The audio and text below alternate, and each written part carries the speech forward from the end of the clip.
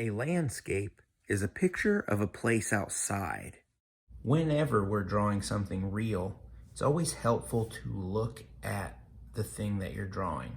You might draw a landscape that you're actually looking at, or you might have a picture of a landscape that you want to draw. Looking at the actual landscape really helps though, because you can see details that you might have overlooked. But it is possible to draw a landscape from your imagination as well. Just try to make sure you add as much detail as possible.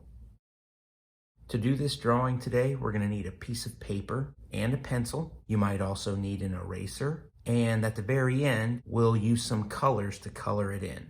To begin our landscape, we're going to figure out where the sky meets the ground. And there may be some things in between before the sky hits the ground, and that's okay. So I'm thinking about in this area right here. So I've got a little bit of the sky at the top, but most of the picture is the ground because that's where most of the objects are going to be. So I want to leave a lot of space to add plants, trees, maybe animals if they're going to be in the picture. So just a lot of space for the things that we want to look at. I'm going to put a big tree. I love to draw trees. So I'm putting a tree in the foreground. The foreground is at the bottom because it's the closest to us, and it's also going to be the largest part of the picture. Things that are in the foreground are the largest because they're closer to us, so they look bigger. So I'm going to start by putting this big, gigantic tree. It's going to be so big that it doesn't actually even fit all the way in the picture. Most of it goes off the picture.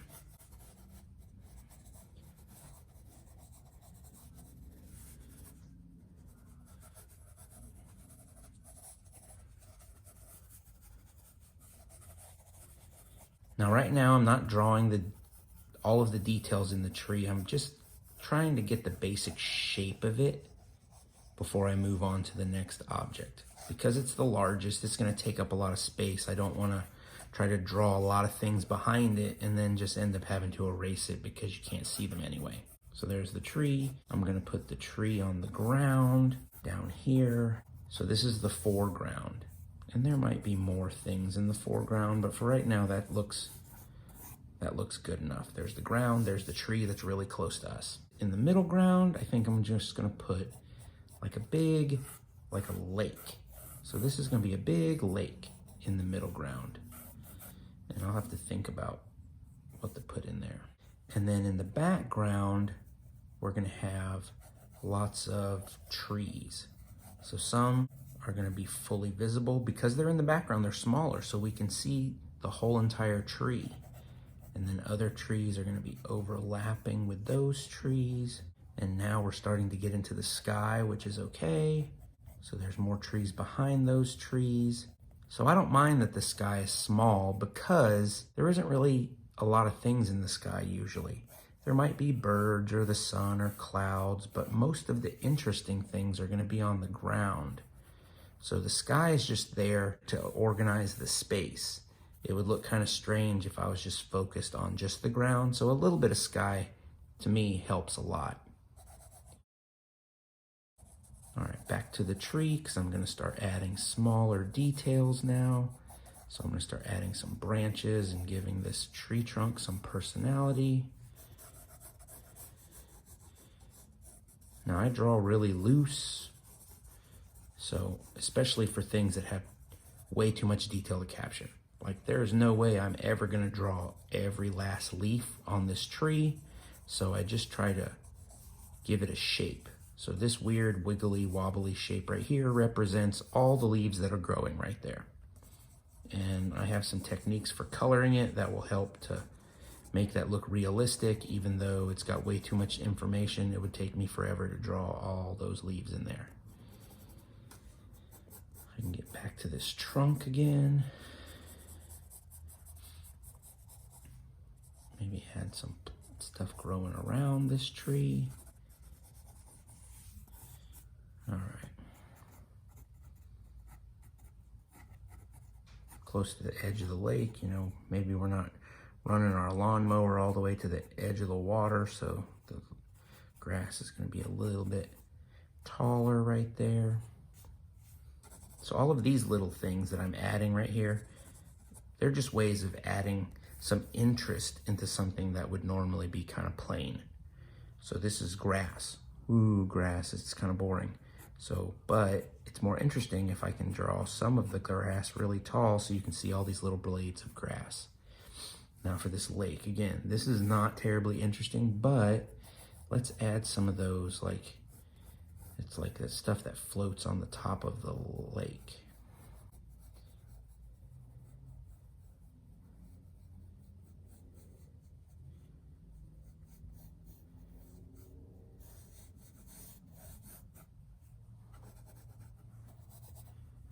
All right, oh, I know what, then I can add the reflection of these trees down here.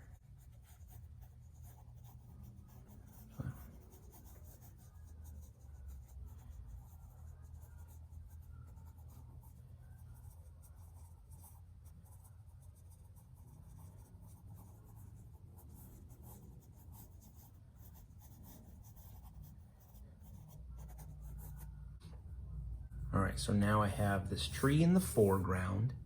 I have this lake or pond in the middle ground, and it's gonna have these floating, I don't really know what they are, like leaves maybe floating in the water, but there's always like a ton of them all like bunched up together as a group, but it makes an interesting shape.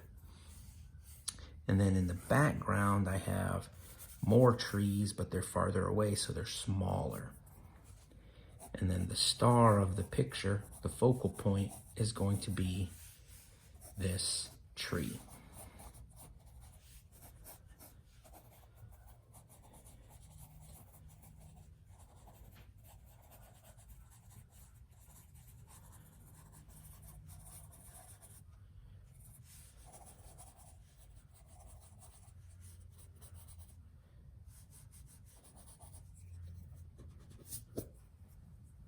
And here is the basic layout for my North Carolina landscape. Lots of parks that I've been to have lakes in them. This is what gave me the idea for this picture. And since I like to draw trees, I actually go to a lot of places in the area and draw different trees that I see. So tree in the foreground, lake or pond in the middle ground, and then more trees at the park in the background. Make sure you leave a little bit of space for the sky. Next time we will add more detail. We'll start to outline the things that we want to keep before we start coloring everything in neatly. I hope you like the way that your landscape turned out. Remember, don't copy my landscape. Try to think of a place that you've been to or a place that you've seen in a picture that you think was really interesting and you want to give it a try to draw that. And I will see you next time. Bye.